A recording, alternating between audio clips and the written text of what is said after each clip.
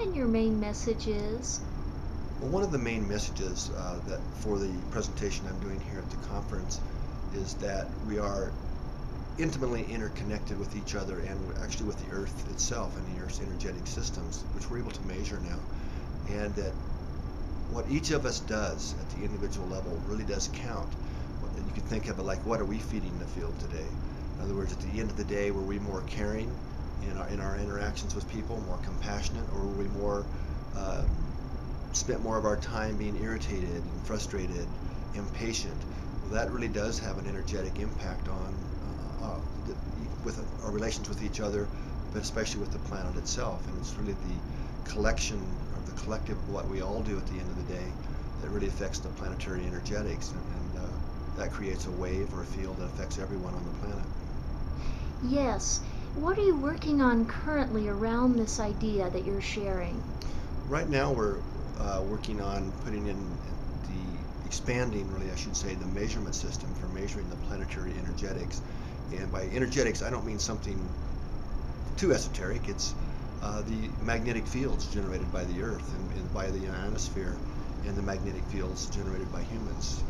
Again, I'm not talking about auras or something here that we can't measure. This is all very grounded, measurable stuff. So we're working on measuring the energetics of the planet as a whole. You could think of it like measuring the brain waves and planet and heart rhythms of the planet itself. What's something you've discovered that might have surprised you in your research? Oh, I've discovered many things that have surprised us. I think one of is well, good boy, I could answer this so many ways, but the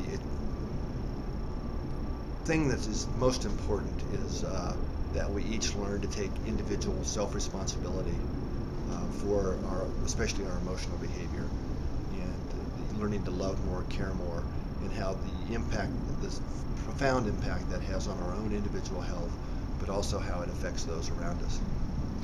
If you're comfortable doing so, can you think of a scenario in your own interactions where you've noticed yourself conscious of this and that's led to a changed behavior?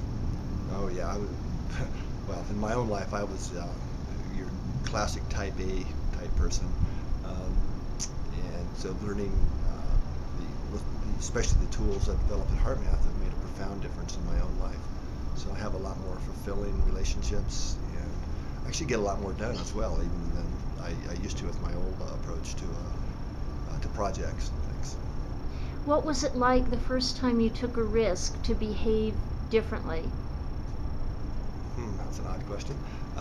What was it like the first time I took a risk? Oh, Like if you were type A and you said, you know what, that may not be the best route for my own consciousness, all those around me. I'm going to make a different choice. What what went into that?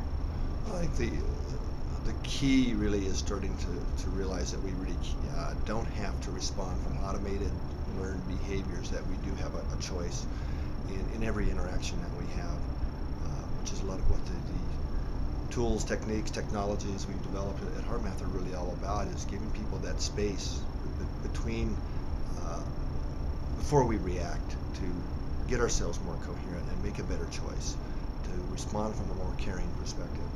And one of the profound things that's made a difference, kind of an obvious one, I guess, is the amount of time that it saves. It seems like it takes, I don't have time to slow down, but it's really an inner state of ease, an inner rhythm.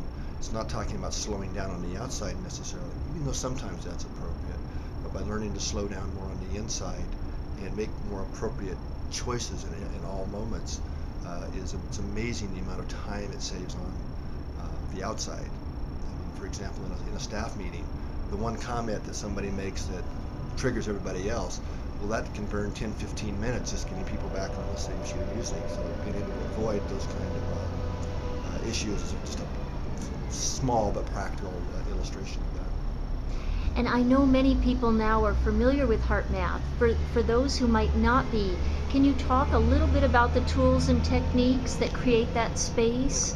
Well, HeartMath is a series of tools that really allow us to be more in charge of ourselves, to self-regulate from a more inner intelligent reference point, not because we should or out of duty or something like that, but really out of the intelligence of it for our own health and our own well-being.